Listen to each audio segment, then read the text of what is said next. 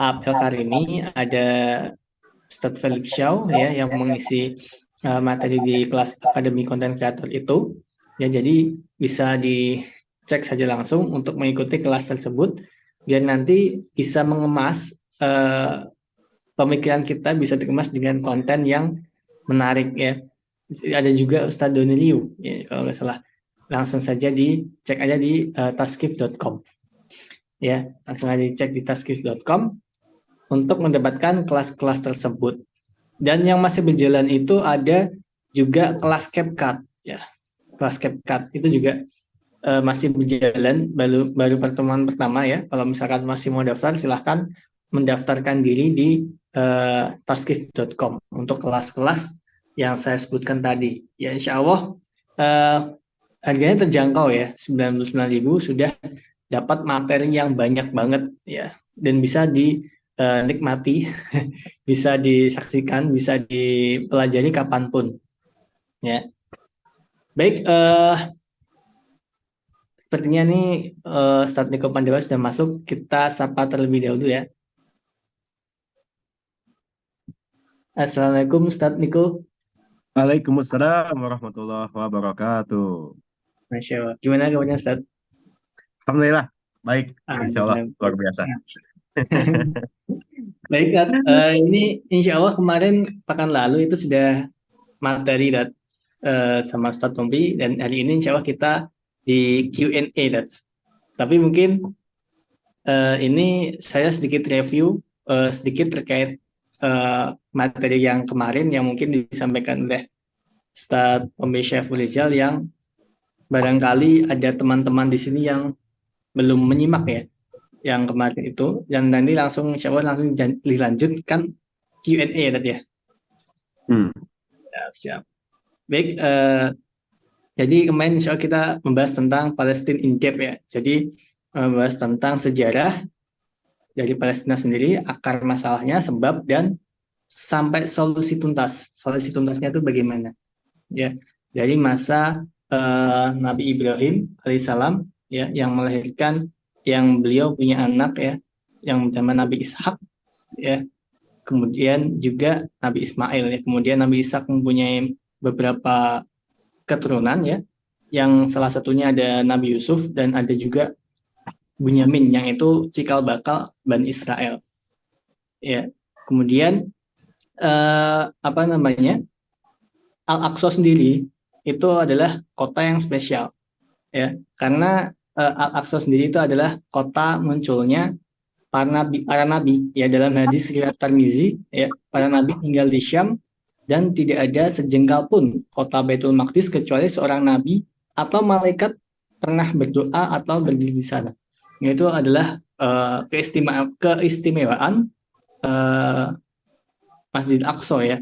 Kemudian juga di dalam orang-orang Nasrani ya, wilayah Yerusalem itu ya menjadi situs ritual orang-orang Nasrani yang mereka yakini bahwa di sana adalah tempat di mana ya, tepatnya di Bukit Golgota ya, tempat di mana Yesus itu disalib. Itu menurut keyakinan orang-orang Nasrani.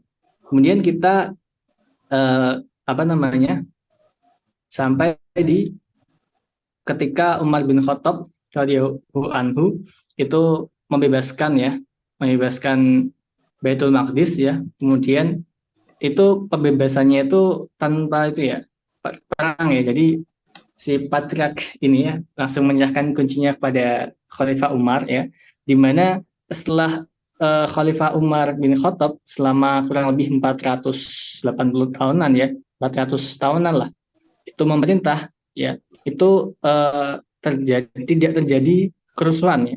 Intinya di sana suasananya damai, rukun ya, walaupun ada beberapa agama ya, insya Allah, tapi rukun. Kemudian juga selanjutnya pada masa Salahuddin Al-Ayyubi, kurang lebih sekitar 700 tahunan ya sebelum deklarasi Balfour ya, itu juga Daulah Islam atau wilayah sana Palestina itu berlangsung damai, rukun ya.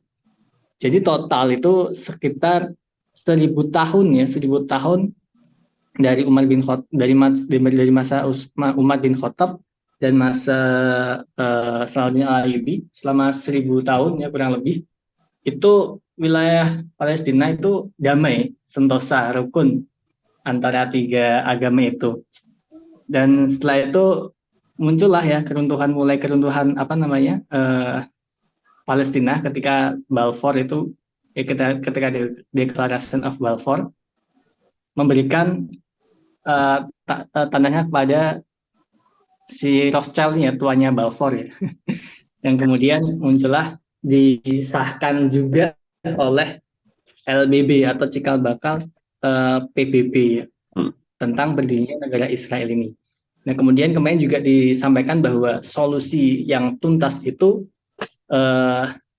kita tidak bisa berharap kepada PBB karena PBB juga yang mensahkan ya, yang memberikan mempersilahkan orang-orang Yahudi untuk memakai tanah tersebut. Jadi kalau misalkan berharap kepada PBB itu nggak bakal bisa menyelesaikan masalah itu ya. Ya intinya solusinya itu ya dakwah, ya, khilafah dan jihad ya, jihad dan khilafah.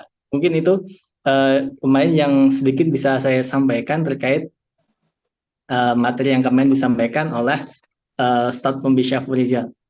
Baik, mungkin untuk mengawali saya ingin bertanya dulu nih, Ustaz. Mungkin sudah sambil menunggu teman-teman yang ingin bertanya. Ya, jadi teman-teman, ini sesinya tanya jawab ya, sesi spesial Q&A bersama Ustadz Niko Pandawa. Jadi bisa dipersiapkan pertanyaannya, bisa dituliskan di kolom komentar saja. Dan insya Allah nanti saya bacakan pertanyaan-pertanyaannya, ya. Dan juga akan saya pilih pertanyaannya. Jadi manfaatkan waktu ini, mumpung masih ada waktu ya, kurang lebih sampai maksimal jam 10 ya, Tati ya. Baik, bagi teman-teman semuanya jika ingin bertanya langsung siapkan dulu pertanyaannya. Gini, saya ingin bertanya, ini kan solusinya itu kan khilafah dan jihad ya, untuk Palestina sendiri ya.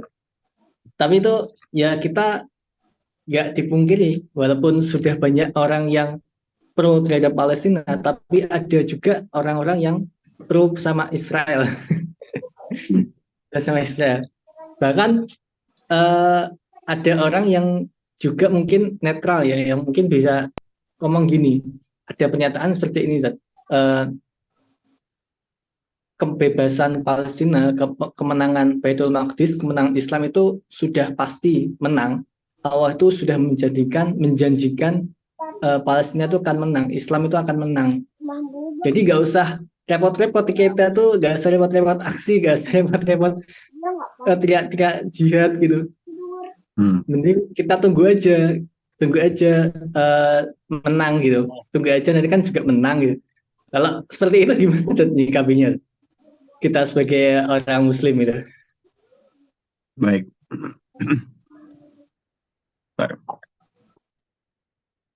Ya, Bismillahirrahmanirrahim. Assalamualaikum warahmatullahi wabarakatuh. Waalaikumsalam. Sebelum menjawab, saya ingin minta maaf dulu. Karena seyogianya pekan kemarin harusnya saya mengisi, cuma ada satu dan lain halangan yang sangat mendadak sehingga diwakilkan oleh Ustadz Pompi. Tapi ternyata forum tetap berlanjut dan pertanyaan-pertanyaan barangkali ada dan memang menumpuk di kita semua karena ini adalah pertanyaan-pertanyaan yang belum terjawab maksimalnya itu belum terjawab dari segi kejadiannya belum ada gitu loh. Bahwasanya kita semua mengharapkan kalau Palestina itu bisa merdeka dan penjajahan atau pendudukan daripada entitas Zionis itu kita mengharapkan dia berakhir gitu ya. Nah, tapi tadi semua itu belum kejadian sehingga pertanyaan-pertanyaan kita masih belum terjawab gitu.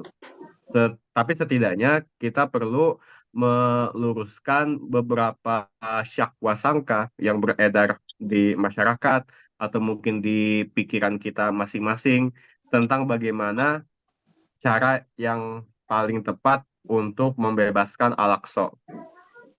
selain pertanyaan bagaimana atau how, juga ada pertanyaan why, kenapa gitu ya. Apa urgensi kita peduli terhadap Al-Aqsa, peduli terhadap Palestina.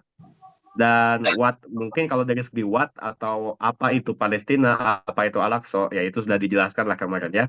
Nanti kalau ada pertanyaan-pertanyaan lanjutan bisa kita bahas. Tapi pertanyaan dari Mas Dona tadi itu lebih ke arah eh, why gitu ya. Why? Kenapa?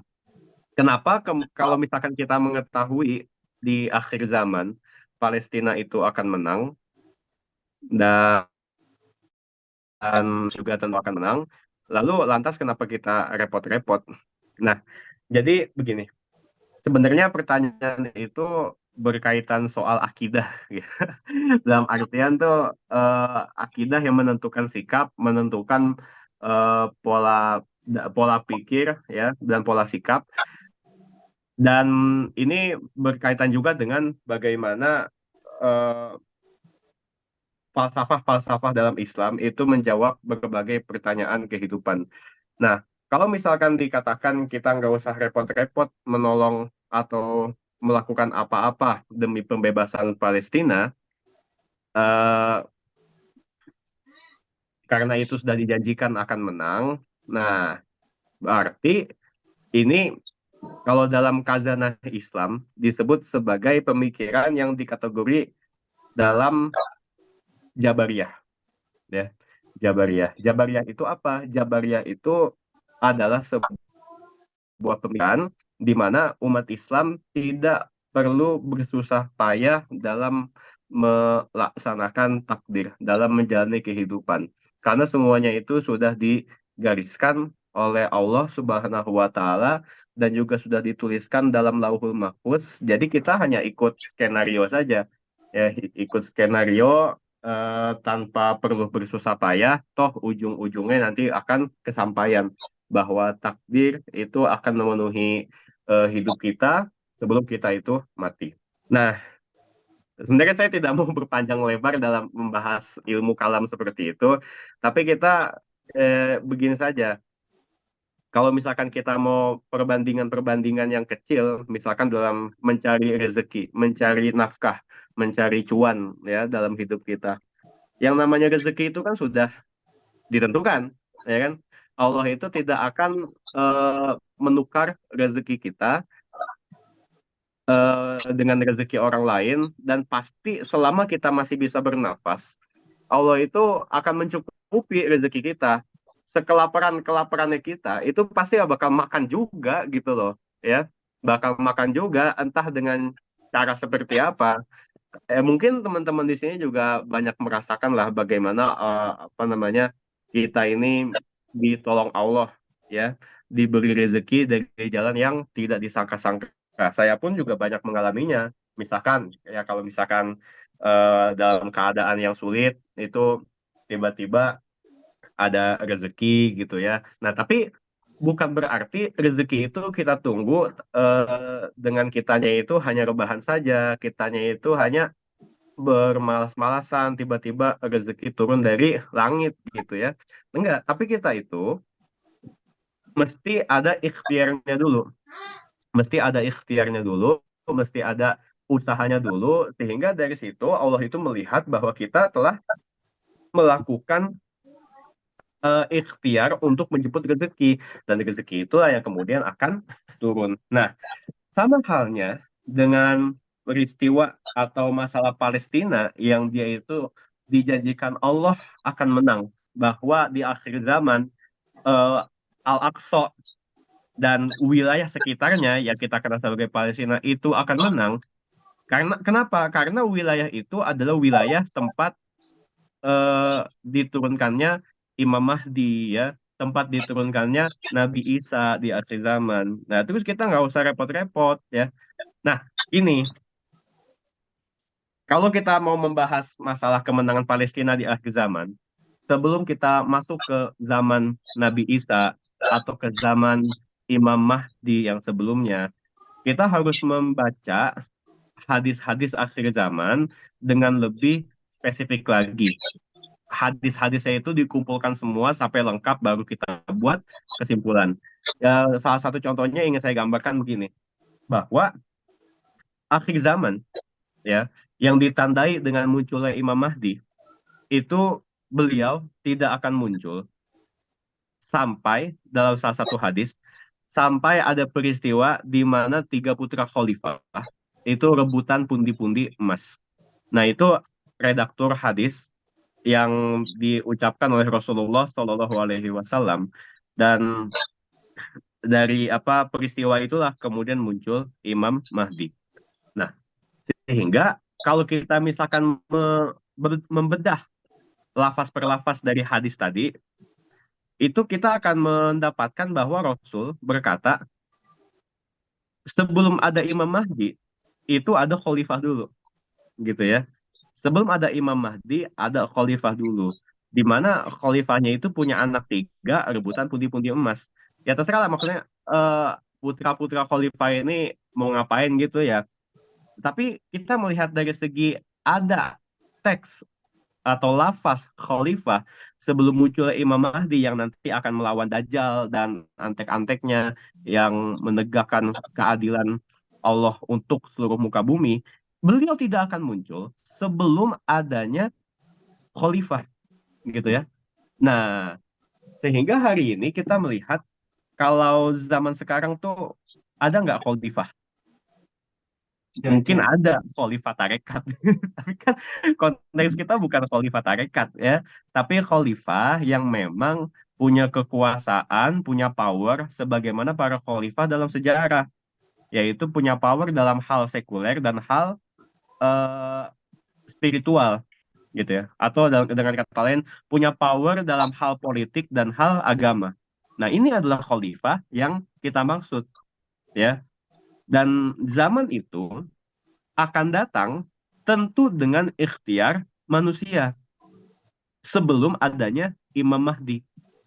Ini kalau kita langsung bahas akhir zaman ya, walaupun saya tidak begitu eh, pakar di bidang itu, tapi dari beberapa bacaan yang saya cerna, saya mendapatkan seperti itu, bahwa munculnya Imam Mahdi, munculnya eh, apa kalau kata orang Jawa tuh Ratu Adil gitu ya, itu tidak akan muncul kecuali setelah diikhtiarkan oleh kaum muslimin sebelumnya ya, yang dia itu hendak untuk menumpas ketidakadilan. Nah, apalagi kalau kita bicara bagaimana pendudukan dan penjajahan yang ada di Palestina gitu.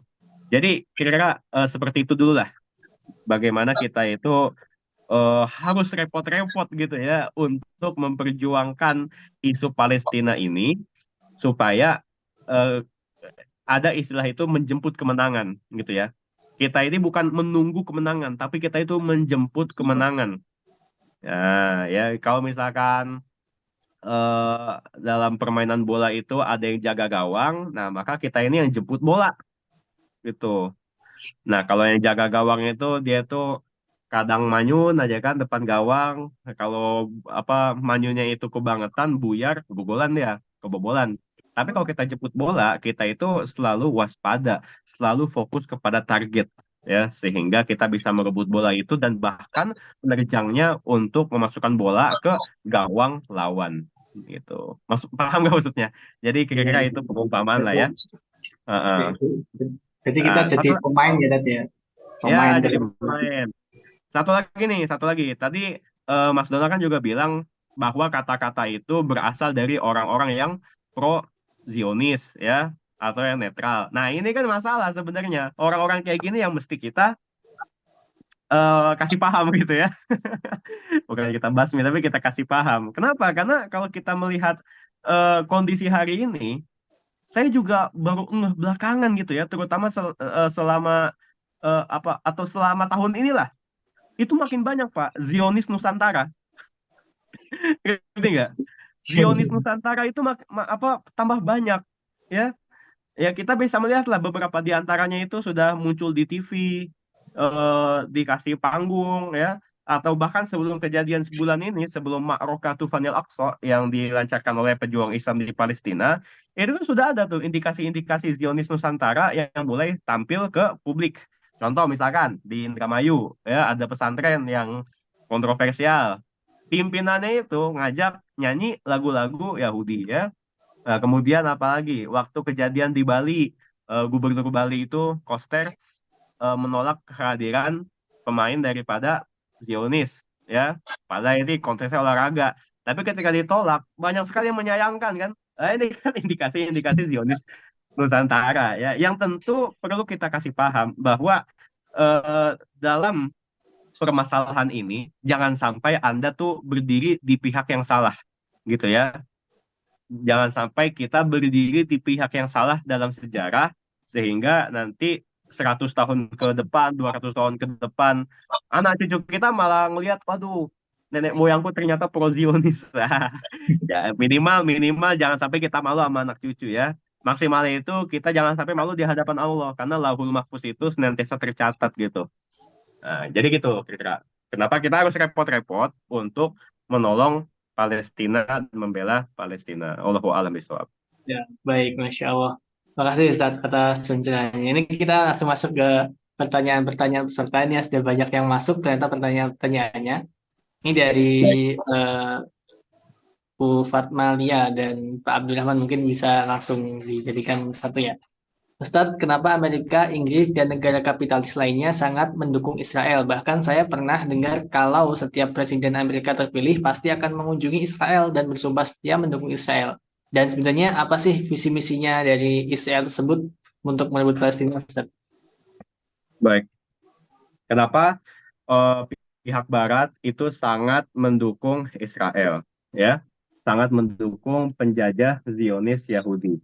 Dan ini bukan hanya yang ada di Amerika, tapi juga di negara-negara Eropa ya sebagian besar. Walaupun ada juga negara Eropa yang nggak ikut-ikutan gitu. Nah, kalau misalkan kita bicara eh, kejadian yang kemarin nih, Tufanil Aqsa, peperangan Tufanil Aqsa. Itu kan ketika ketika Tel Aviv itu dikirimi roket-roket oleh pasukan Islam, ya. Kemudian ada dua negara besar yang langsung menyatakan dukungan kepada penjajah Zionis dan bahkan datang langsung ke Tel Aviv untuk ngasih semangat moral kepada Perdana Menteri Netanyahu, ya. Setidaknya ada dua yang sudah datang, yaitu Rishi Sunak, Perdana Menteri Inggris, dan juga Joe Biden, Presiden Amerika. Ada juga kanselir dari Jerman, cuma dia itu nggak begitu berpengaruh. Nah, tapi kita bisa menganggap ini semua ya sama lah, satu kubu, satu suara, dan satu pandangan kehidupan mengenai worldview Barat yang senantiasa memelihara Israel, memelihara Zionis di Timur Tengah untuk kepanjangan tangannya ya di sana. Pertanyaannya why? Kenapa negara-negara Barat itu tetap kepala batu untuk mendukung Zionis? Nah, mungkin pembahasannya itu sudah ada ya di pertemuan pekan kemarin, di mana kita melihat kalau lahirnya pendudukan entitas Zionis di Palestina sejak tahun 1948 kan tentu tidak bisa dilepaskan dari keterlibatan negara-negara Barat ya dan juga tentu dengan institusi dunia yang diciptakan oleh Barat yaitu United Nations atau PBB. Nah, PBB sebelum Ben Gurion memproklamasikan kemerdekaan Israel itu kan tahun 1948. Nah, setahun sebelumnya, 1947, United Nations atau PBB itu mengeluarkan sebuah eh, rencana strategis yang disebut sebagai partition plan, ya, rencana partisi yang membagi wilayah Palestina 55% untuk Yahudi, 45% untuk Arab ya atau Muslim gitu. Nah, dari sini kan kita harus melihat kenapa kemudian PBB memberikan hak kepada Yahudi untuk menempati lebih dari 50% tanah Palestina yang nanti setahun kemudian akan dijadikan sebagai negara. Nah, belakang PBB itu ada siapa? Ada Amerika, ya. Dan Amerika di konteks tahun 1940-an keluar sebagai pemenang, keluar sebagai juara dalam gelanggang Perang Dunia Kedua. Nah, siapapun yang menang dalam Perang Dunia ketika keluar, dia itu akan menjadi penguasa dunia. Ya, penguasa dunia yang dilegalkan, yang diformalkan dalam sebuah institusi di PBB. Di PBB itu ada banyak sekali dewan, tapi dewan yang paling berpengaruh dan eh, ya yang paling berpengaruh dalam menciptakan kondisi dunia itu hanya satu, yaitu Dewan Keamanan, Security Council, Dewan Keamanan PBB. Nah, di PBB, Dewan Keamanan itu ada dua anggota yang sifatnya berbeda antara yang bersifat permanen dan yang tidak bersifat permanen. Yang tidak bersifat permanen itu digilir, kalau saya tidak salah, digilir 5 tahun sekali. Ya, dan itu semua negara pernah nyicip untuk menjadi anggota tidak permanen Dewan Keamanan PBB. Termasuk Indonesia pernah merasakan. Tapi yang menjadi masalah adalah Dewan Keamanan PBB yang mempunyai anggota tetap, anggota permanen. Dan ini hanya ada 5 negara. Ya, 5 negara ini sebagian besarnya adalah pemenang dalam Perang Dunia Kedua, yaitu Amerika, Inggris, Perancis, Cina, dan Rusia. Ya, nah ini adalah pemenang Perang Dunia Kedua yang kemudian mereka itu mendapatkan hak sebagai anggota permanen dalam Dewan Keamanan PBB. Tapi sebelum saya lebih menjelaskan lebih lanjut ke arah sana, saya ingin membahas membahas ke arah lain yang lebih dalam lagi, yaitu ketika sebelum PBB, dunia ini pernah mengenal yang namanya LBB, ya, Liga Bangsa-Bangsa atau League of Nations. Berbeda dengan Amerika, League of Nations atau Liga Bangsa-Bangsa dikomandoi oleh Inggris, ya, karena Inggris yang memenangkan Perang Dunia Pertama. Nah, terus apa hubungannya dengan eh, siapa pemenang-pemenang dalam Perang Dunia dan kaitannya dengan Israel, kaitannya dengan Yahudi. Nah, hubungannya adalah siapa yang mensponsori Perang Dunia itu, ya, siapa yang membackup pemenang-pemenang perang dalam Perang Dunia itu. Nah, barang siapa yang diberikan sesuatu yang berharga, maka dia itu akan merasa berhutang budi. Begitulah yang kemudian dirasakan oleh negara-negara Barat yang menang Perang Dunia. Ya, mereka merasa berhutang budi kepada backupan mereka, kepada sponsor mereka, yang tidak lain adalah orang-orang Zionis. Nah, jadi ketemu ya, timbal balik antara orang-orang Barat dengan orang-orang Zionis. Sampai-sampai tadi dikatakan, setiap presiden daripada Amerika, kalau dia itu mau menang perang, kalau dia itu mau menang kampanye, ya, dan terpilih sebagai presiden Amerika Serikat, mau tidak mau, dia itu harus punya visi untuk mempertahankan keamanan dan perdamaian Israel di Timur Tengah. Ya, jadi kalau di Amerika itu ada yang namanya AIPAC, ya. AIPAC. AIPAC itu adalah singkatan dari American Israel Public Affairs Committee. Ya, American Israel Public Affairs Committee. Nah, di situ setiap presiden Amerika pasti berpidato sebelum dia berkampanye. Berpidato di hadapan orang-orang AIPAC. Dan di sana pasti senantiasa menjanjikan keamanan eh, yang paten untuk PBB, ya. Misalkan kayak kan kalau sekarang nih Joe Biden. Sebelum Joe Biden itu ada Donald Trump. Sebelum Donald Trump itu ada Barack Obama. Sebelum Barack Obama itu ada eh, siapa, George Bush ya kalau saya tidak salah. Pokoknya inilah urutan-urutan presiden Amerika yang berkuasa dari tahun 2000-an sampai sekarang pasti itu pidato di AIPAC ya, seperti Obama. Obama itu ketika dia mau kampanye, dia datang dulu tuh ke AIPAC, kemudian datang ke AIPAC, kemudian dia berpidato begini ya. Saya berjanji kepada Anda bahwa saya akan melakukan apapun yang saya bisa dalam kapasitas apapun untuk tidak hanya menjamin keamanan Israel, tapi juga menjamin bahwa rakyat Israel bisa maju dan makmur dan mewujudkan banyak mimpi yang dibuat 60 tahun lalu, yaitu setelah eh, Israel itu berdiri. Gitu ya. Dan juga ada kata-kata yang seolah menjadi template dan selalu diucapkan oleh pejabat-pejabat Amerika, yaitu apa? uh, our commitment to Israel's security and Israel's future is rock solid, unwavering, enduring, and forever. Gitu.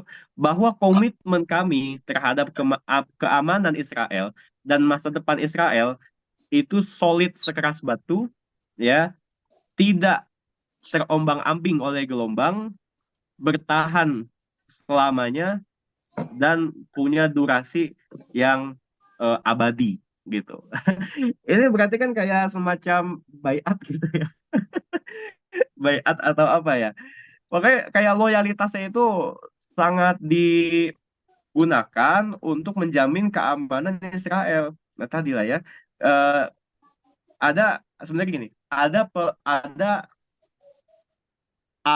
pandangan dari politisi Inggris di akhir abad ke-19 yang bisa menjelaskan kenapa Israel itu tetap dipertahankan oleh negara-negara Barat, ya. Nah, ini dia berkata seperti ini, bahwa orang-orang Barat itu harus menanamkan entitas yang asing, ya, alien entity di Timur Tengah, di mana entitas yang asing ini akan digunakan untuk menjamin kepentingan-kepentingan apa namanya, sebentar, kepentingan-kepentingan negara Barat di Timur Tengah. Karena kita sama-sama tahu Timur Tengah itu merupakan sumber daya alam yang eh, apa melimpah gitu ya di sana. Nah, kalau misalkan kita itu mau eh, mendapatkan sumber-sumber daya alam itu, kita harus mempertahankan alien entity atau entitas yang asing di kawasan Timur Tengah. Asing maksudnya itu asing dari peradaban Islam gitu ya, asing dari kebudayaan Islam yang ada di Timur Tengah dan sangat dekat kepada Barat. Nah itulah. Jadi intinya memang untuk mempertahankan kepentingan negara-negara Barat ya, untuk menguruk sumber daya alam, menjadi penyalur dari pasokan-pasokan sumber daya alam dari Timur Tengah dipasok ke Israel dan dari Israel ke negara-negara Barat. Jadi itu ya, kalau kita bicara unsur materialistiknya, kurang lebih seperti itu. Oh, iya, baik. Jadi untuk timbal balik ya, timbal baliknya mereka minta Israel tuh dijaga sama Amerika. Kalau Iya, untuk itu tuh visi misi yang sebenarnya Israel yang dipunyai Israel itu apa? Kenapa kok mereka ngotot banget sama Palestina gitu? visi misi. Iya, bisa. Netanyahu, ya, Netanyahu itu dalam pernyataan beberapa waktu lalu, dia mengutip Bible, mengutip Injil, ya, dan di Injil kan kita tahu ada perjanjian lama, perjanjian baru. Ya, barangkali dia merujuk ke perjanjian lama, di mana perjanjian lama itu memang dikatakan mereka sebagai Taurat. Nah, kalau kita bicara motivasi Netanyahu, kenapa dia tetap kekeh terhadap tanah Palestina? Karena memang mereka masih kekeh sampai hari ini bahwa Palestina itu adalah tanah yang terjanji, ya, tanah yang dijanjikan oleh Tuhan kepada bangsa Israel, bangsa Yahudi. Nah, ya, ini yang kemudian menjadi motivasi agama bagi orang-orang Yahudi khususnya orang-orang Zionis untuk mempertahankan eksistensi mereka di Palestina. Karena kalau misalkan kita melihat pemikiran daripada Theodor Herzl, yaitu Bapak Zionis, kenapa dia menciptakan gerakan Zionis? Karena bagi dia, ya, Zionis itu adalah gerakan yang bertujuan untuk mengembalikan seluruh bangsa Yahudi yang tertindas di negara-negara Eropa kembali ke Bukit Sion. Nah, ya, kembali ke Bukit Sion. Bukit Sion itu ada di mana? Bukit Sion itu ada di Palestina, ada di Al-Aqsa. Nah, inilah yang kemudian menjadikan mereka itu begitu fanatik terhadap pendapat agamanya, dan dari sanalah mereka tuh saking fanatiknya ya bertujuan untuk mendirikan negara. Nah, terus bagaimana dengan klaim tanah yang dijanjikan, Al-Ardul Ma'udah atau the Promised Land, ya, yang sering diangkat oleh orang-orang Yahudi? Ya, faktor pertama kita lihat ini adalah motivasi agama. Jadi omong kosong kalau ada orang yang berkata peperangan atau penjajahan di Palestina ini bukan masalah agama, ini hanya masalah politik. Ya memang masalah politik, tapi ini politik yang bermotifkan agama, khususnya dari pihak Yahudinya itu, gitu loh. Walaupun ini banyak mendapat penentangan juga dari orang-orang Yahudi yang tidak bergabung dalam gerakan Zionis, ya. Jadi kita harus paham bahwa nggak semua Yahudi itu Zionis, gitu ya. Dan Zionis itu tidak mewakili seluruh Yahudi. Nah, misalkan ada satu gerakan namanya apa, Neturei Karta. Neturei Karta itu adalah gerakan Yahudi yang dia itu anti Zionis. Karena bagi mereka janji Tuhan bahwa Palestina, Bukit Sion itu adalah tanah yang dijanjikan kepada orang-orang Yahudi, itu adalah pemahaman yang keliru dan pemahaman yang bid'ah, gitu ya. Bahwa bagi Neturei Karta, orang-orang Yahudi non-Zionis, tanah yang dijanjikan kepada orang Yahudi itu tidak akan bisa dikembalikan kecuali melalui tangan Mesias, melalui tangan Al-Masih, menurut mereka ya, menurut mereka. Dan bagi mereka itu Theodor Herzl itu bukan Al-Masih, dia itu orang sekuler, Yahudi sekuler yang, ya gimana sih Yahudi sekuler ya, dia itu mungkin malas sholat ya, tidak berani menampakkan agamanya di mana, kok malas sholat sih, padahal malas ibadah gitu ya. Dia malas ibadah, tidak berani menampakkan agamanya di depan publik, tapi emang pemikirannya itu menggunakan agama ya, yang tujuannya itu tadi lebih ke arah pragmatis untuk menyelamatkan orang-orang Yahudi dari penindasan bangsa Eropa. Nah, kalau kita bicara janji Tuhan kepada orang-orang Bani Israel, ya, di mana mereka itu akan diberikan tanah Palestina. Memang kita tidak memungkiri janji itu ada. Ya, jangankan di Taurat, di Al-Quran pun ada. Bahwasanya Palestina, Ardul Muqaddasah itu dijanjikan kepada Bani Israel. Sebagaimana misalkan kalau kita lihat surat Al-Maidah, Al-Maidah ayat 21, ya. Di sana ada ayat yang dinisbatkan kepada seruan Nabi Musa kepada Bani Israel. A'udzubillahi minasyaitonirrajim. Ya qaumi dkhulul ardul muqaddasata allati kataballahu lakum. Nah, wahai kaumku, masuklah ke negeri yang diberkahi, ya, bumi yang suci. Nah, al ardul muqaddasah allati kataballahu lakum, yang telah ditetapkan oleh Allah kepada kalian. Itu. Ada berarti di Al-Quran itu tanah yang dijanjikan kepada orang Yahudi. Masalahnya, masalahnya begini, ya. Orang Yahudi itu pengecut. Ketika disuruh Nabi Musa untuk berjihad membebaskan tanah yang dijanjikan oleh Allah kepada mereka, maka mereka berkata kepada Nabi Musa, "Qalu ya Musa, inna fiha qauman jabbarin." Nah, kata mereka kepada Nabi Musa, wahai wahai Musa, di dalam negeri itu ada kaum Jabbar, ada bangsa raksasa, ada bangsa yang sangat besar-besar, yang kita tidak berani untuk melawannya, gitu ya. Wa inna lan nadkhulaha hatta yakhruju minha. Kami nggak akan masuk sebelum mereka pergi. Mereka udah kecut duluan, ya kan? Nah, bahkan mereka lebih parah lagi, berkata, kepada Nabi Musa gini. Qalu ya Musa, inna lan nadkhulaha abadan madamu fiha. Wahai Musa, kita tidak akan masuk ke negeri itu, ke tanah yang dijanjikan itu, selama-lamanya, ya, selama orang-orang Jabarin, ada yang mengatakan ini bangsa Filistin, mereka masih di sana. Maka orang-orang Bani Israel itu berkata, Fazhab angta wa rabbuka faqatila inna hahuna qa'idun, ya. Maka pergilah engkau wahai Musa bersama Tuhanmu, sono jihad berdua, ya. Nabi Musa sama Allah jihad berdua membebaskan tanah Muqaddasah. Sementara kami sini hahuna qa'idun. Kami sini duduk-duduk aja lah. Kami sini kongko-kongko nungguin kalian berjihad. Ntar kalau bebas, walhamdulillah rabbil alamin, ya. Kalau gagak ya ya udah kita pulang. Nah, jadi maksud saya apa? Ingin mengatakan seperti itu. Bahwa emang ini tanah yang dijanjikan oleh Allah kepada mereka, tapi dibatalin sendiri sama orang-orang Bani Israel in first segment gitu loh.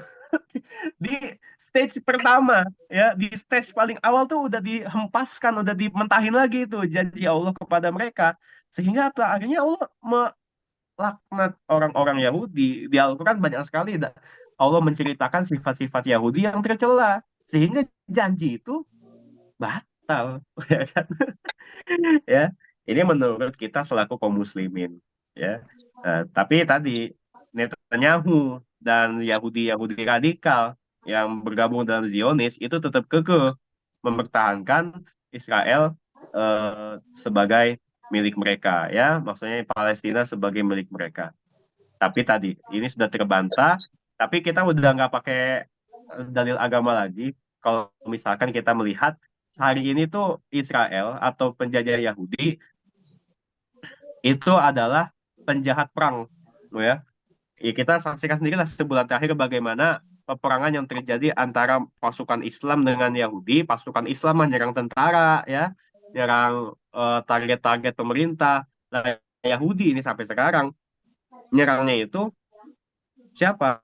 Sipil, rumah sakit, sekolah, anak kecil, bayi, ibu-ibu, wanita, ya, dan orang-orang yang tidak bersenjata.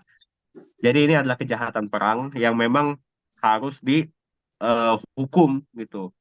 Makanya penjahat-penjahat perang nih, ya itulah dipertahankan oleh penjahat perang yang lain. Jadi kalau Israel itu setan, Yahudi.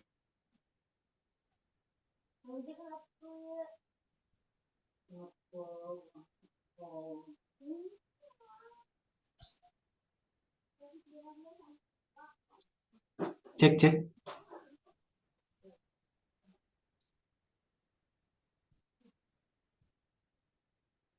Eh, ini yang macet Ustadz Niko apa saya?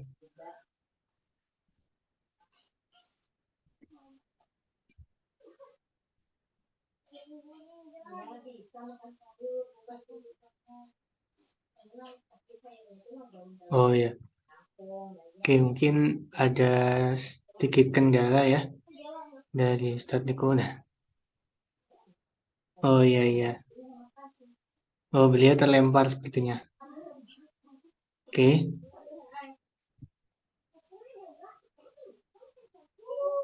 baik, kita nunggu Ustadz Niko masuk kembali ya. Sambil siapkan pertanyaannya juga bagi teman-teman semuanya yang ingin bertanya, tapi mungkin tadi ada pertanyaan-pertanyaan yang sudah terjawab ya, kemungkinan tadi ya. Mungkin ada yang sudah ditulis, tapi tadi sekaligus sudah terjawab seperti yang pertanyaan-pertanyaan yang jawab nanti akan jadi nanti insya Allah pertanyaan-pertanyaannya akan saya pilihkan ya, biar dan juga biar bisa bertanya semuanya. Eh, jadi satu orang saya satu pertanyaan ya, jadi biar kebagian semua pertanyaan-pertanyaannya. Saya sambil ngecek dulu apakah beliau sudah masuk kembali.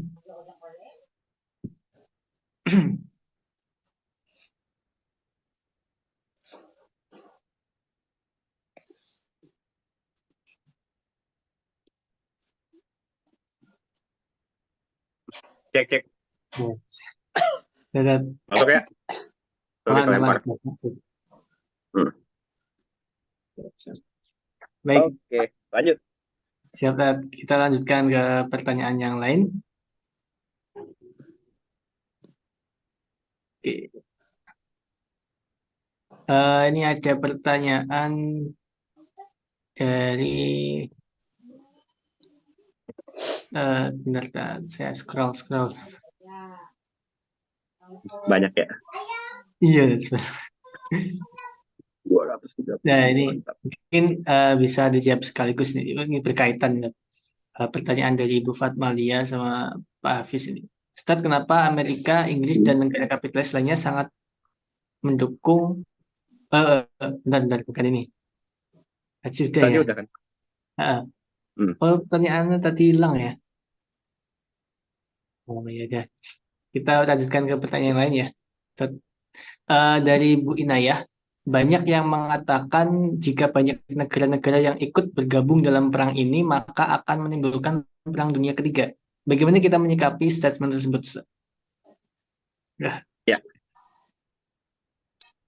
Perang Dunia Ketiga itu gini, definisi Perang Dunia adalah ketika masing-masing kubu itu saling berkoalisi. Oke? Masing-masing kubu saling berkoalisi.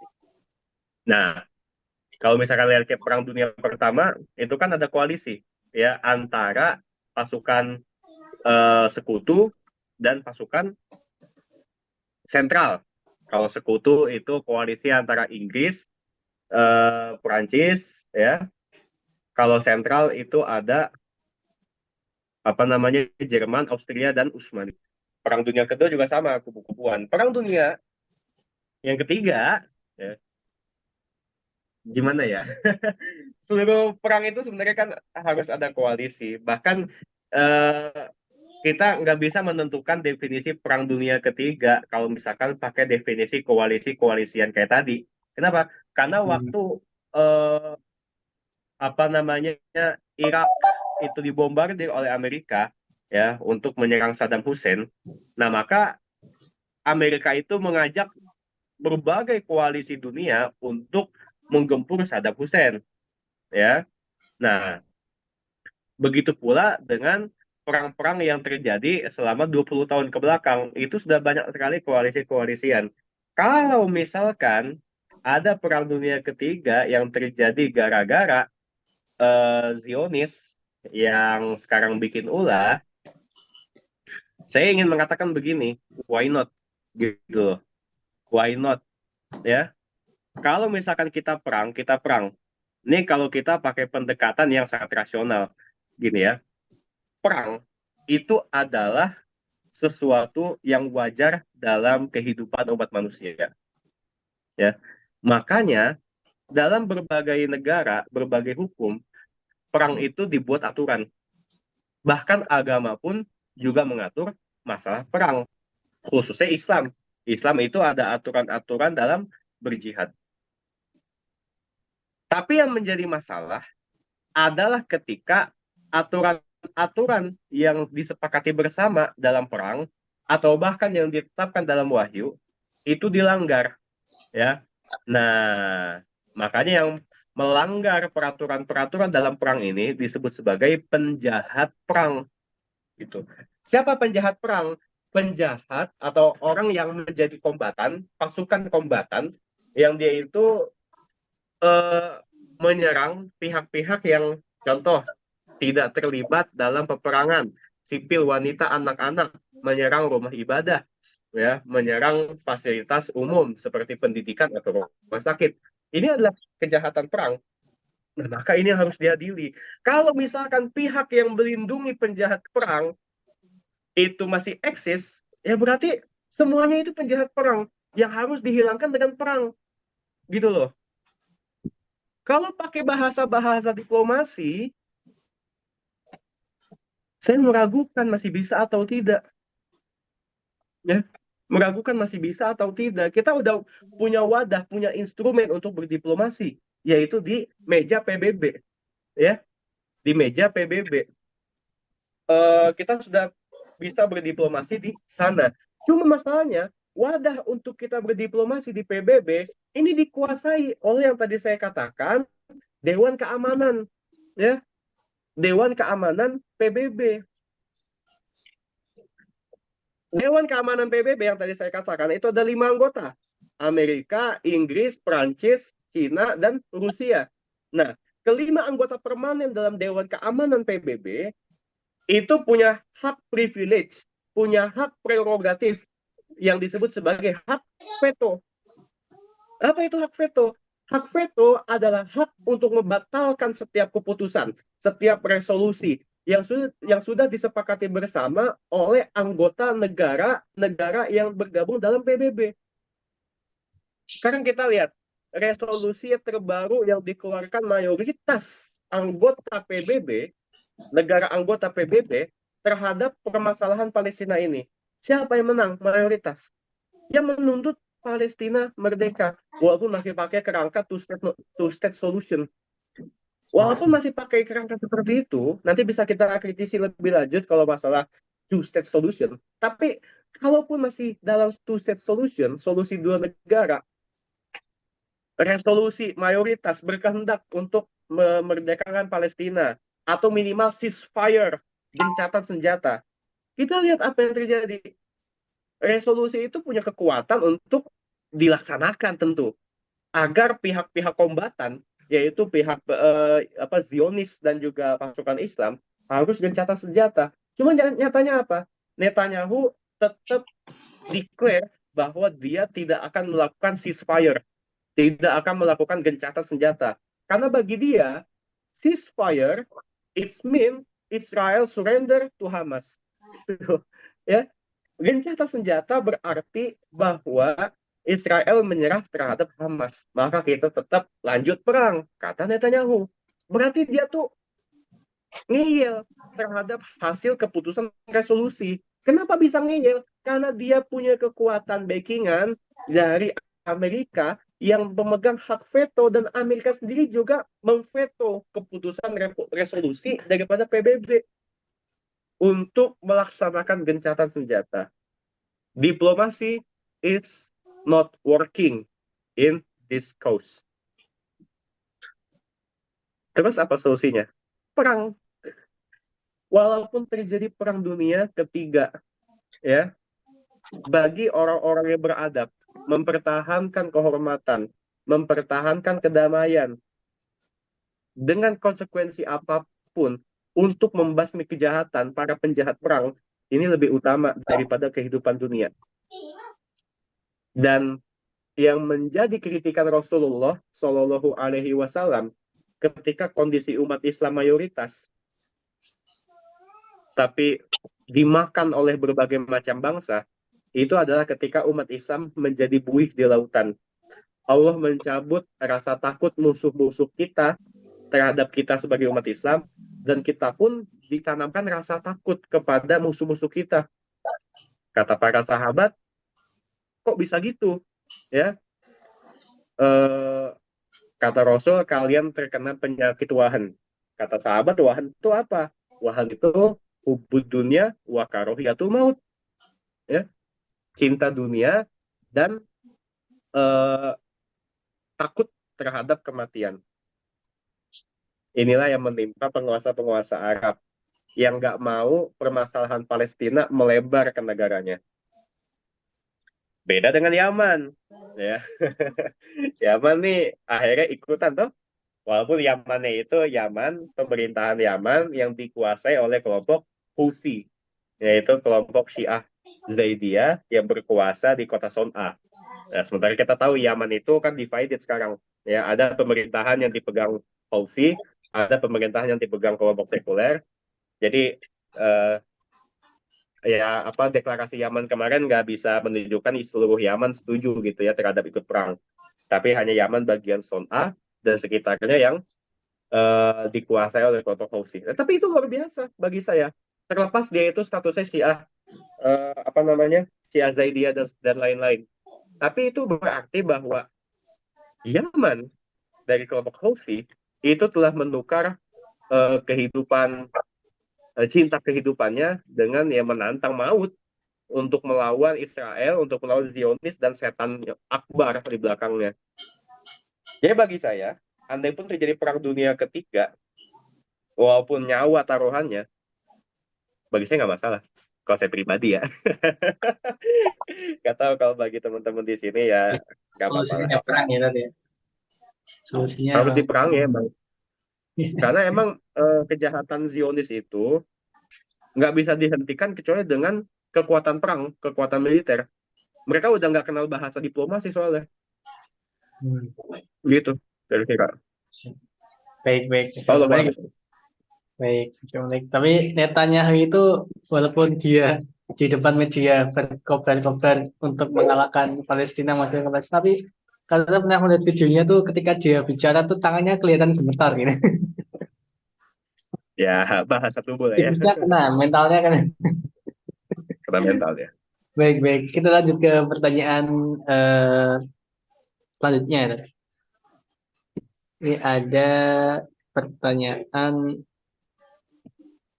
dari eh tadi Pak Gum Agum Saharullah. Hmm, Ustaz, kenapa para penguasa Muslim hari ini seakan bisu dan tidak peduli dengan Palestina? oke. Gitu. Kenapa para penguasa Muslim hari ini membisu dan tak peduli? Faktor pertama yang tadi saya sebutkan, cinta dunia dan takut mati. Tapi ini kan faktor psikologi yang mungkin hanya orangnya masing-masing yang bisa merasakan. Kita nggak bisa menilai faktor itu. Tapi kita tetap bisa menilai dari segi keumuman ya, kalau emang faktor itu benar-benar ada. Cuma gini, faktor teknis yang menyebabkan negara-negara sekeliling Palestina itu diam saja terhadap masalah ini adalah karena hari hari ini kita hidup di zaman nation states, ya. Apa itu nation states? Negara bangsa. Negara bangsa adalah tren politik yang terjadi di dunia dalam kurun waktu 100 tahun belakangan. Berarti apa? Umurnya nggak muda. Sorry, umurnya itu masih sangat muda dibandingkan dengan umur dunia ini yang sudah ribuan tahun. Nation state ini masih sangat muda gitu ya, baru berumur 100 tahun dan masih kropos. Dan sebelum dia itu berumur lama, sudah menunjukkan kekroposannya. Apa yang saya maksud kropos dalam masalah nation state ini? Gini, nation state adalah negara bangsa di mana sistem negara atau bentuk negara didasarkan atas kebangsaan masing-masing, ya. Berarti faktor yang paling utama dalam bentuk kenegaraannya adalah kebangsaan. Bangsa itu adalah pengejawantahan dari sekelompok manusia yang punya kesamaan identitas, kesamaan bahasa, dan berbagai kesamaan lain. Mereka berkumpul dalam satu entitas, satu masyarakat, dan sepakat bikin negara. Ya, didasarkan atas apa? Atas hukum-hukum yang mereka sepakati bersama, hukum-hukum yang mereka create, yang mereka pakai, yang mereka refleksikan dari berbagai sumber, khususnya dari akal mereka, gitu ya, menyesuaikan dengan kondisi bangsa masing-masing.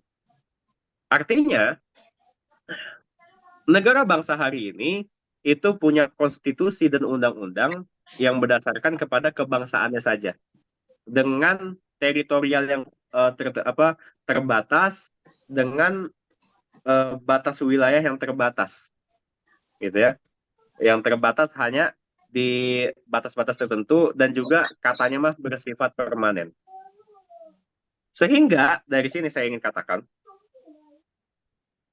sebuah negara bangsa itu punya prioritas utama untuk memperhatikan rakyat yang ada dalam jangkauan hukumnya, yaitu yang tergabung sebagai warga negaranya. Dari situ, dia akan menomorduakan urusan yang berada di luar garis teritorial bangsanya. Ngerti mas sampai sini? Ya. Kalau kita bicara sebagai contoh, bicara Mesir. Mesir ini tetanggaan sama Palestina. Kalau kita di berita itu sering mendengar gerbang Rafah, Rafah, Rafah, itu adalah perbatasan antara jalur Gaza dengan Gurun Sinai. di mana Gurun Sinai itu adalah wilayah Mesir. Kenapa kemudian Mesir itu sampai hari ini diam saja? Bahkan untuk membuka perbatasan Rafah, pintu Rafah, itu mikirnya lama sekali, banyak pertimbangan, lelet sekali, sampai menyebabkan jumlah korban berjatuhan selama pintu itu tak nggak buka-buka. Karena Mesir itu, ya, dengan presidennya memikirkan rakyatnya, dia tidak mau pertempuran yang ada di Palestina meluas dan melebar ke negaranya, menyebabkan eh, konsekuensinya itu menyebabkan ketidakamanan bagi rakyat Mesir. Dia nggak mau gitu. Maka dia itu tetap aja apa nggak ikut campur masalah Palestina. Kalau misalkan dia misalkan menunjukkan sikapnya untuk membantu Palestina, nah dia nggak mau macem-macem tuh sama Israel, ya, karena dia takut Israel itu tidak hanya melontarkan roketnya ke Gaza, tapi juga melontarkan roketnya ke Kairo, ke Alexandria, dia nggak mau, ya.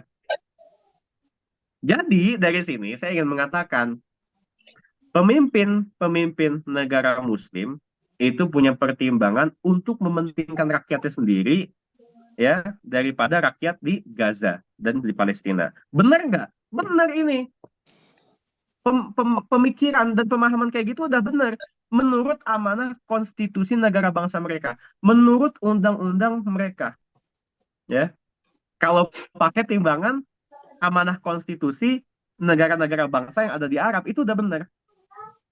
Masalahnya, ya, rujukan kita itu kalau masalah ini bukan sekadar konstitusi, bukan sekadar apa undang-undang, tapi kita ada persoalan agama, di mana dalam hadis disebutkan al muslim akul muslim, seorang muslim itu saudara bagi muslim yang lain, gitu.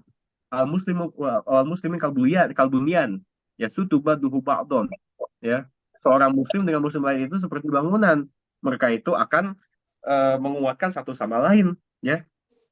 Nah, identitas inilah, ya, atau rujukan hukum inilah yang tidak dipakai oleh negara-negara bangsa sekarang. Makanya kalau kita menuntut ke Erdogan, menuntut ke Raja Salman, menuntut ke Assisi untuk mengirimkan pasukan atas dasar agama, ya mereka nggak akan melakukan.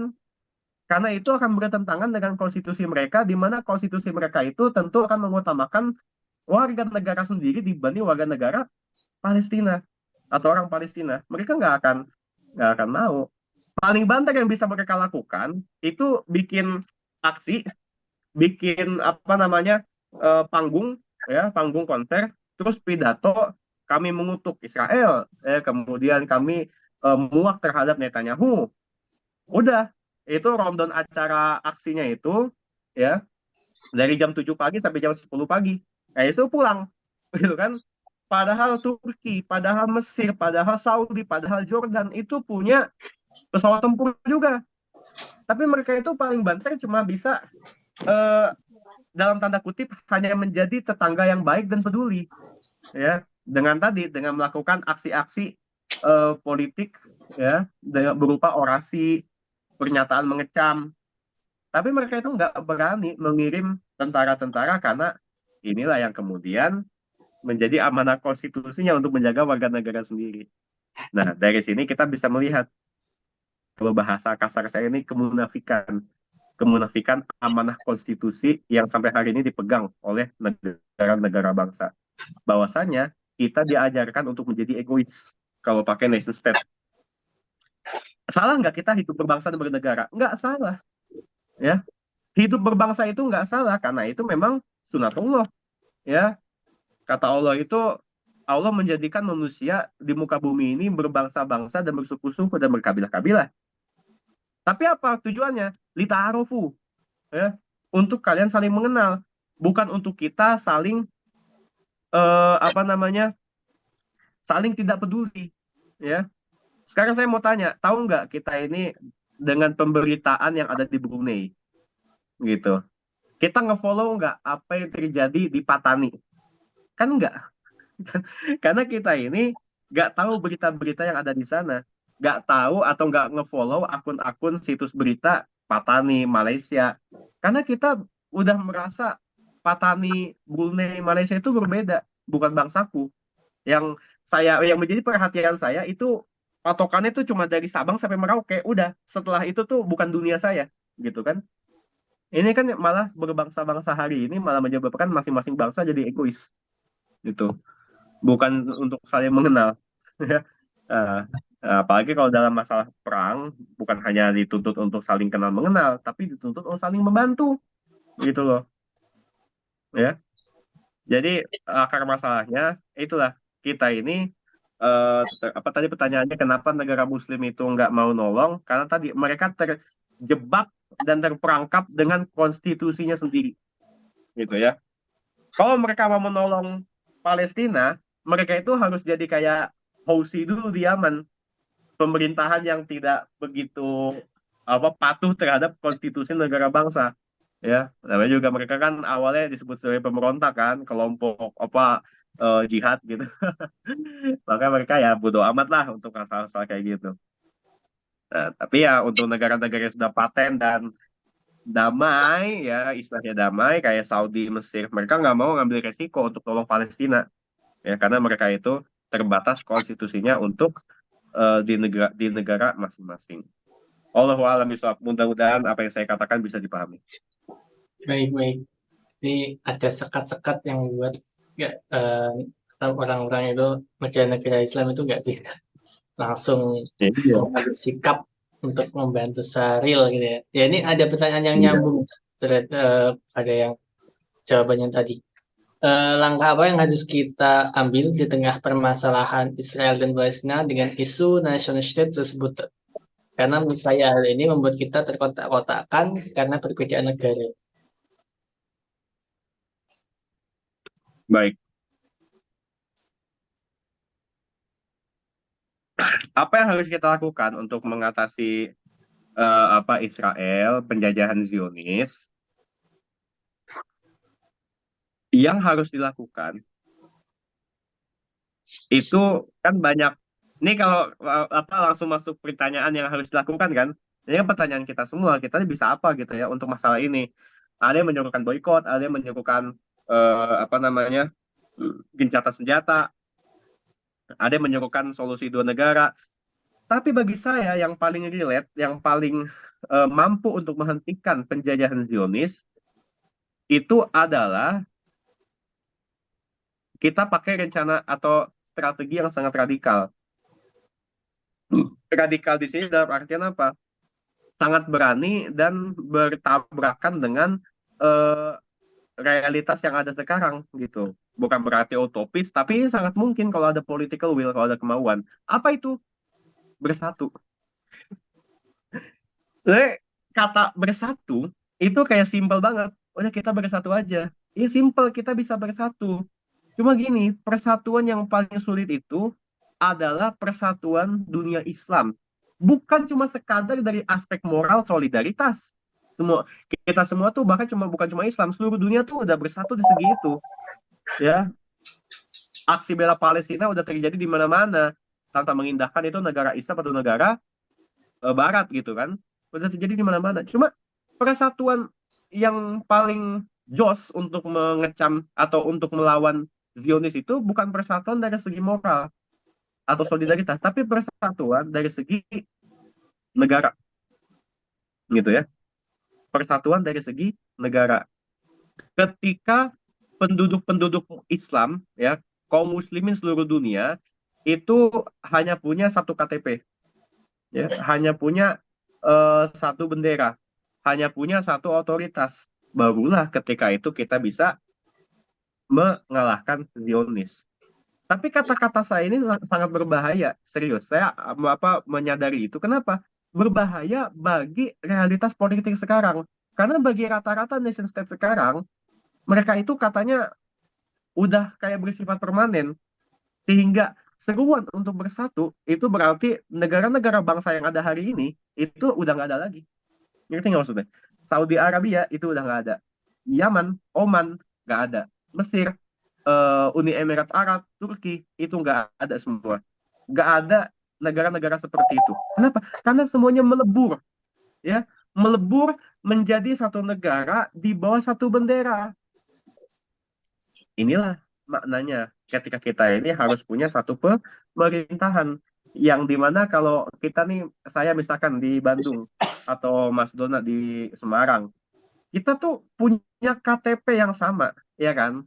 Sama-sama, ya formatnya sama lah, ya belakangnya peta Indonesia. Nah, tapi KTP nanti itu belakangnya bukan peta Indonesia semata, tapi kita juga satu KTP satu format dengan yang ada di Maroko, satu KTP satu format dengan yang ada di Mauritania, ya, atau di negara-negara Islam, termasuk di Palestina.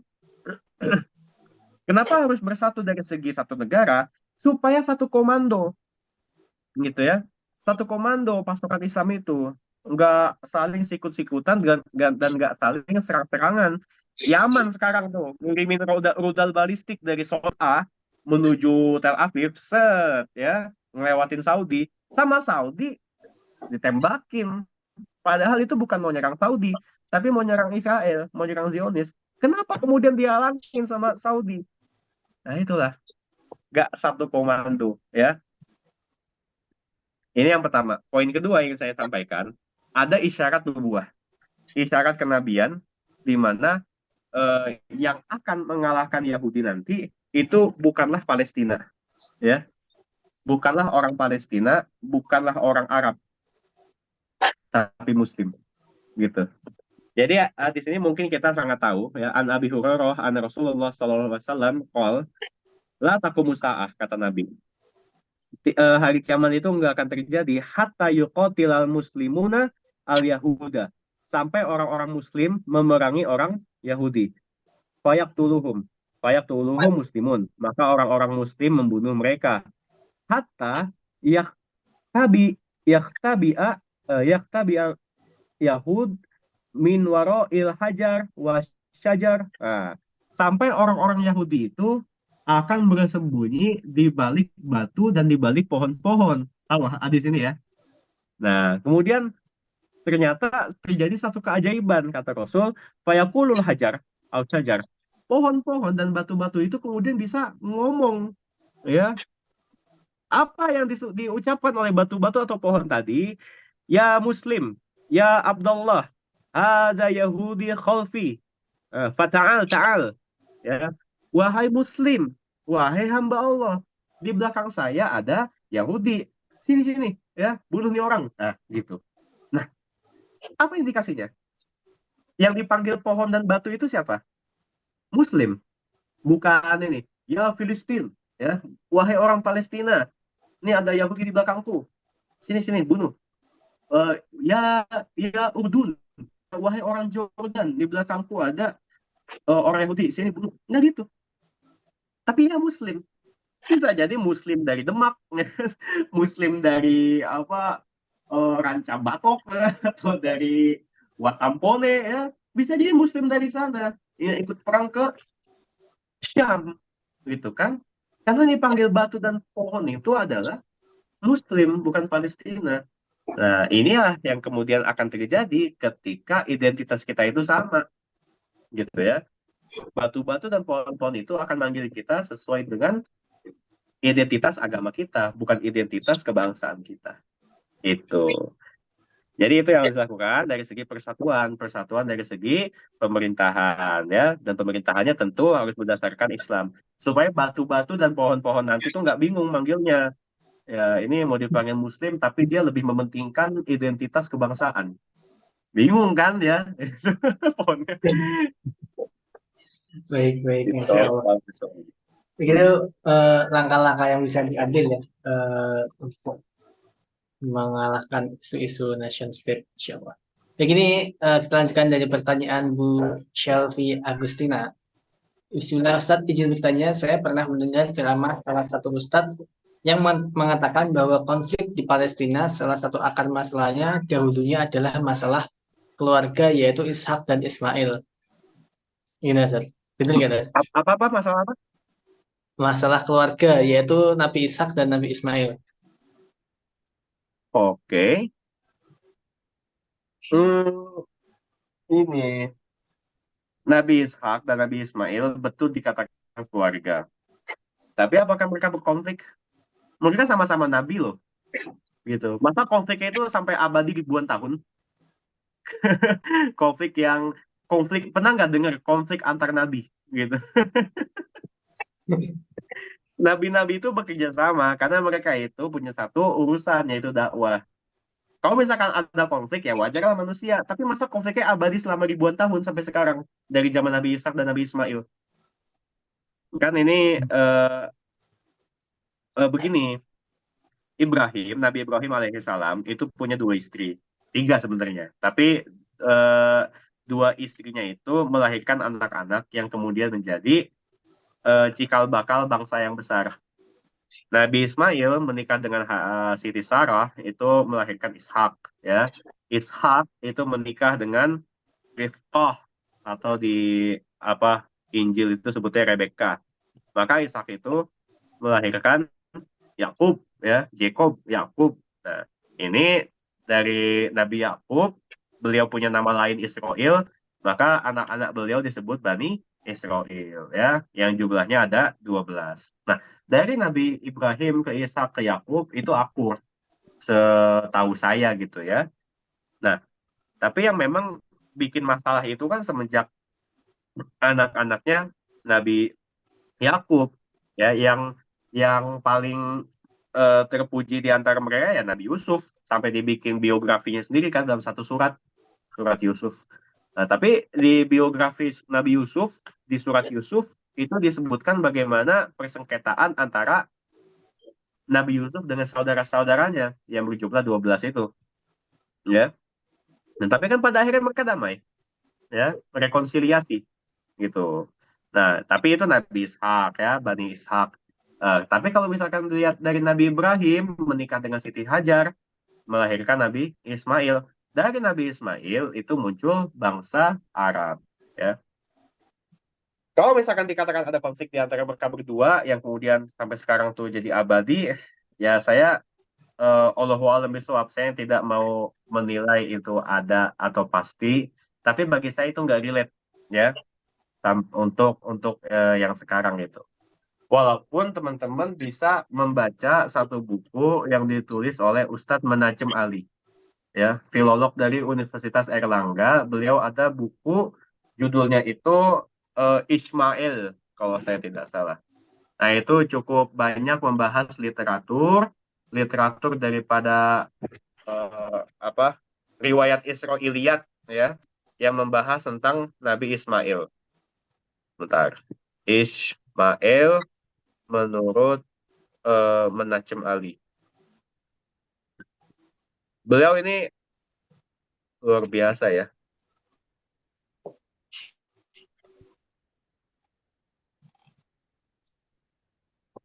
Sebentar.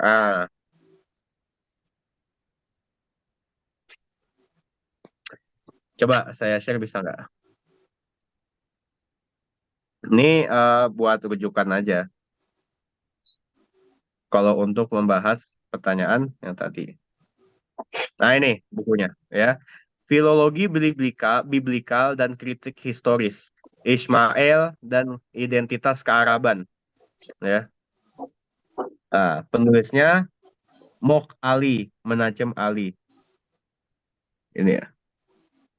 Ini walaupun saya juga belum baca, tapi saya pernah baca review dari buku ini yang membahas tuh Ismail dan identitas Karaban, yang barangkali juga ada hubungannya dengan Nabi Ishak. Apakah ada konflik ada dengan Nabi Ishak kan, antara Nabi Ismail dengan Nabi Ishak? Nah, coba yang bertanya bisa rujuk ke buku ini, ya.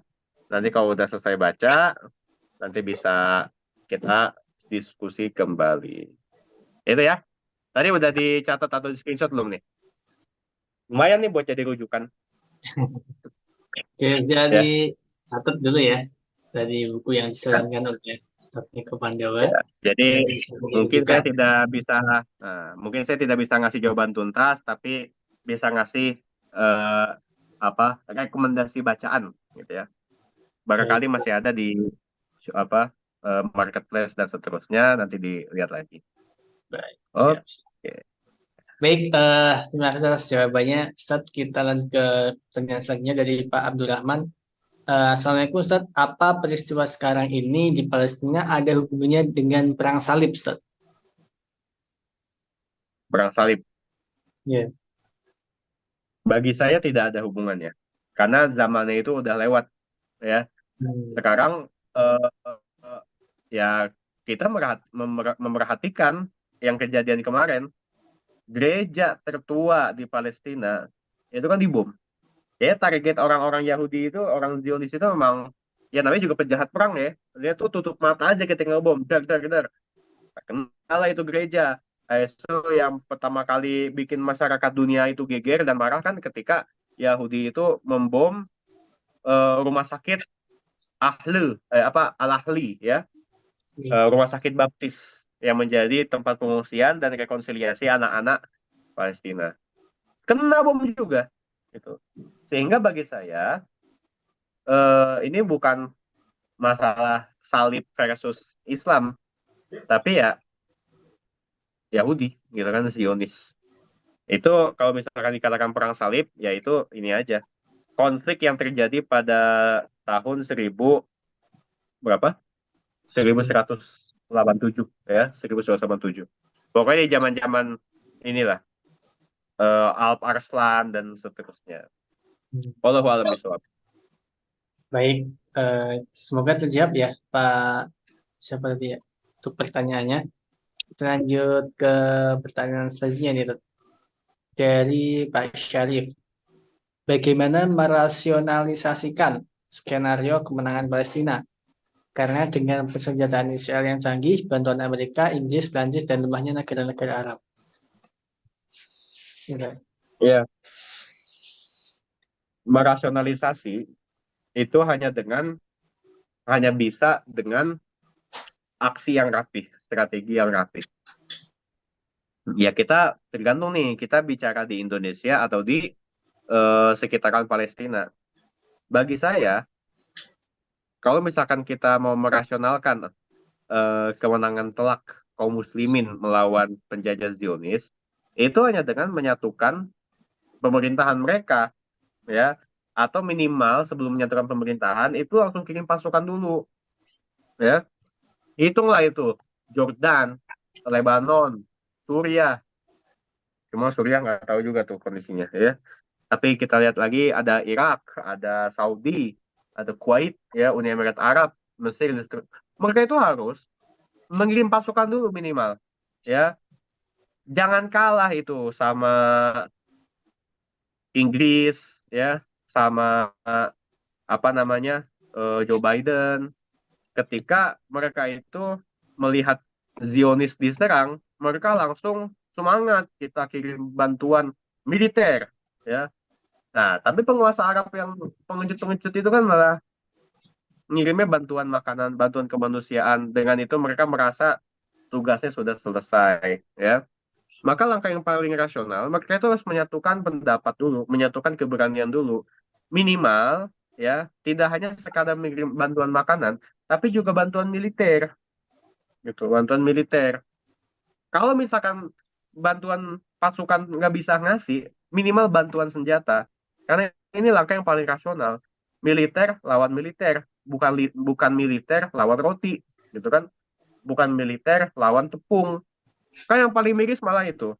Negara-negara Arab itu kata Hussein Gaza kemarin itu sampai udah ngirimin kain Kapan? kafan, ya kan? Itu makna semiotiknya apa? Berarti mereka udah yakin mereka pasti bakal dimati-matiin. Ya butuh nggak kain kafan? Butuh. Cuma nggak sampai jadi sumbangan yang spesifik banget gitu loh.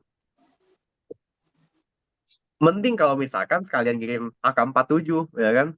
Atau ngirim roket-roket. Itu lebih mantep.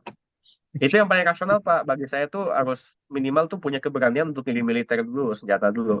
Kalau bicara soal persatuan dunia, itu mungkin bagi saya juga agak terlalu besar isunya, sehingga mungkin masih belum pada berani. Tapi minimal-minimalnya itu senjata dulu lah. Ya, minum senjata dulu. Kita mau melihat kesudahan dari perang tahun ini, ya mudah-mudahan kita berdoa kepada Allah, semoga Allah memenangkan kaum muslimin. Gitu Amin. Amin. kira-kira. Baik, Masya Allah.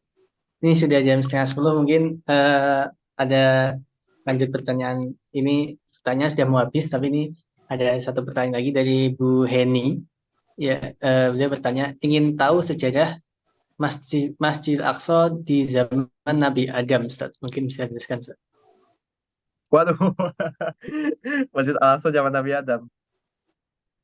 Hmm, saya nggak bisa menjawab ya. Kalau zaman Nabi Adam saya nggak tahu, belum belum baca riwayatnya gitu ya. Yang paling banter saya tahu ya dari zaman Nabi Ibrahim. Kalau Nabi Adam Hmm, kayak kita kita nggak tahu, belum tahu Allah soal. siap, siap. Baik, baik. Hmm. Ya, ini mungkin pertanyaan terakhir Ustaz, dari Bu Lestari. Bagaimana posisi negara-negara sosialis seperti Rusia, Cina, Korea Utara dalam perang ini? Korea Utara waktu itu ada isu dia itu pengen apa namanya mengirim senjata. Coba saya cek dulu beritanya ya.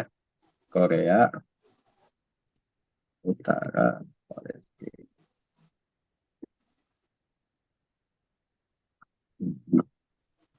Ini memang menjadi eh, omong-omongan ya di antara pemimpin-pemimpin dunia, di mana kata mereka Korea Utara itu telah membantu pasukan senjata kepada pasukan Islam. Nah, kan gini, kalau kita melihat posisi Korea Utara, dia ini oleh negara-negara Barat dijadikan sebagai evil axis, gitu ya, sebagai poros kejahatan gitu, poros kejahatan. Nah, maka wajar ketika Korea Utara dimusuhi oleh negara-negara Barat, maka Korea Utara pun juga akan membantu siapa saja yang sedang melawan Barat, gitu. Oleh karena itu, ketika ada santer isu mengenai Korea Utara pasok senjata kepada pasukan Islam, Allahu a'lam bishawab benar apa tidak, tapi bagi saya ya bisa diterima-terima aja gitu. Karena roket-roket yang digunakan oleh pasukan Islam yaitu Hamas dan beberapa Kataib atau brigade yang lain itu berasal dari berbagai negara yang selama ini dimusuhi oleh negara-negara barat. Example Iran, ya kan, kemudian Suriah, kemudian Yaman gitu. Nah itu dipakai oleh pasukan Islam yaitu Hamas. Bahkan termasuk ada beberapa di antaranya yang dibilang itu dari Kim Jong Un dari Korea Utara. Nah, bagaimana kemudian kita menyikapi ini? Nah, kalau misalkan negara-negara tersebut memberikan bantuan senjata tanpa syarat, maka saya menilai ini tidak dipermasalahkan oleh Hamas, oleh pasukan Islam, ya sehingga tetap saja dipakai. Nah, tapi kemudian itu gimana kan bantuan dari orang kafir? Ya nggak masalah juga gitu, nggak masalah juga. Kalau kalau misalkan tadi bantuannya itu tanpa syarat, ya bantuannya itu tanpa syarat. Terus eh, kenapa kemudian kok bisa-bisanya Korea Utara tuh ngebantuin isu Palestina? Tadi sama-sama anti Barat, sama-sama anti Barat. Kemudian di Palestina itu ada nggak gerakan komunis, gerakan kiri? Ada. Ada. Negara-negara Arab, apalagi Palestina, itu telah menjadi tempat yang paling subur untuk tumbuh kembang gerakan komunis. Dan sampai sekarang masih ada sisa-sisanya. Barangkali ada komunikasi antara pemimpin-pemimpin gerakan komunis di Palestina atau di Syam ya kepada Korea Utara, Allahu a'lam bishawab, gitu. Tapi sejauh ini itu yang bisa saya jawab sementara. Allahu a'lam bishawab. Baik, baik, Masya Allah. Alhamdulillah. Ya, terima kasih atas jawabannya Ustaz Niko Pandawa. Mungkin ada pertanyaan yang belum bisa saya bacakan, tapi insya Allah pertanyaan-pertanyaan yang belum saya bacakan sudah terjawab ya tadi sekaligus dipaparkan Ustaz Niko Pandawa terkait pertanyaan-pertanyaan yang belum saya bacakan. Karena mungkin masih ada banyak pertanyaan dari teman-teman semuanya dari 200 peserta yang hadir ini, Masya Allah. Mungkin insya Allah kita bisa berjumpa di lain waktu. Semoga kita masih diberikan kesempatan lagi untuk bertemu kembali membahas tentang isu-isu terkait Palestina ini. Baik, mungkin sebelum ditutup, ada closing statement Ted, untuk teman-teman. Baik, kalau tadi kita bicara konstelasi yang ada di Timur Tengah, berbicara isu Palestina, lantas apa yang bisa kita lakukan di Indonesia ini? Saya ingin mengatakan seperti ini. Seruan teman-teman yang sudah hingar-bingar untuk melakukan berbagai macam aksi menuntut kemerdekaan Palestina dan kecaman terhadap Zionis itu banyak modelnya kan. Ada yang model boykot, ada yang model apa namanya, ada yang boykot, ada yang donasi, ya, bahkan ada yang langsung kirim senjata, bahkan ada yang langsung khilafah. Ini semua nggak masalah bagi saya, ya. Apapun yang bisa kita lakukan, sekecil apapun, atau bahkan dari hati, ya, itu ya lakukan saja. Yang penting kita tidak berpihak kepada yang salah. Ini kan tingkatan minimalnya. Kita tidak bicara efektivitas lah ya, karena efektivitas ya kan yang paling efektif itu bersatu negara-negara ya, dan itu jangka panjang. Tapi yang paling minimal, setidaknya langkah pertama kita punya pemahaman yang benar terhadap Palestina, gitu ya. Terhadap alasan kenapa kita mendukung Palestina. Karena yang pertama dia itu adalah salah satu dari kiblat kita. Rasul bersabda, ya, seseorang itu tidak perlu susah payah untuk berziarah, untuk mengadakan perjalanan yang jauh, kecuali ketiga masjid. Masjidil Haram, Masjidil Nabawi, dan Masjidil Aqsa. Selama ini orang-orang paling banyak tuh yang haji dan umroh ya ke Haramaini, ya, ke Masjidil Haram dan Masjidil Nabawi. Tapi mereka nggak bisa ke Masjidil Aqsa karena masih dalam penjajahan. Nah, sehingga dari situ kita perlu mencurahkan perhatian kita kepada Al-Aqsa. Ini adalah kiblat pertama kita, ya. Kiblat pertama kita. Itu adalah Masro Rasulullah, tempat Rasulullah melakukan Isra, dan di dalam kubah emas itu, Kubatus Sofro, ada batu yang menjadi tempat berpijaknya Rasulullah sebelum Mi'raj diangkat Allah ke Sidratul Muntaha. Dan dari peristiwa itulah kita melaksanakan syariat sholat, ya. Jadi itu Palestina, Al-Aqsa, kedudukan itu sangat penting dalam agama kita, dalam akidah kita, sehingga kita dituntut harus peduli, ya. Kemudian juga soal kemanusiaan, kita sudah melihatlah siapa yang salah dan siapa yang benar, siapa yang pahlawan, siapa yang penjahat perang. Itu sudah sangat jelas di depan mata. Ya, kita bisa menilai sendiri dari segi siapa yang paling banyak korbannya dan siapa yang paling banyak didukung oleh setan-setan akbar, ya, satu Amerika dan seterusnya kepada penjajah Zionis yang satu itu. Nah, maka tadi minimal apa yang bisa kita lakukan sekarang, kita penuhi pengetahuan kita tentang Al-Aqsa, tentang kondisi kaum muslimin di sana. Kemudian kalau ada yang harta, silakan donasi. Ya, donasi kemana aja? Saya bukan pengumpul donasi. Tapi minimal kan kita berpikir gini, di sana tuh kondisi perang, ya, bangunan pada hancur, kantor-kantor pada hancur, orang-orang pada nggak bisa kerja. Ya, mereka sehari-hari ya hanya bisa melihat ke langit, ya kan, waspada ada roket atau tidak bagi yang sipil, ya. Nah, maka mereka itu udah nggak bisa kerja, nggak bisa mencari nafkah, tentu perlu bantuan, bantuan berupa sandang pangan, ya, sandang dan pangan. Nah, ini yang kalau bisa kita lakukan dari segi donasi. Tapi ya, tentu walaupun kita lakukan itu semua, itu bisa mengobati luka, tapi tidak bisa menuntaskan permasalahan inti, yaitu adanya entitas penjajah. Apa yang bisa kita lakukan untuk melawan entitas penjajah ini? Yaitu harus bersatu, ya, bersatu. Kita menyeru kepada teman-teman kita untuk bersatu. Kita menyeru kepada pemerintah kita untuk bersatu. Bagi yang bisa bahasa Arab, bahasa Inggris, kita menyeru kepada pemimpin dunia untuk bersatu. Itulah dakwah, ya. Dan semoga Allah menggerakkan hati pemimpin-pemimpin muslim sekalian supaya bersatu dan kita gempur bareng-bareng itu penjajah Zionis, ya.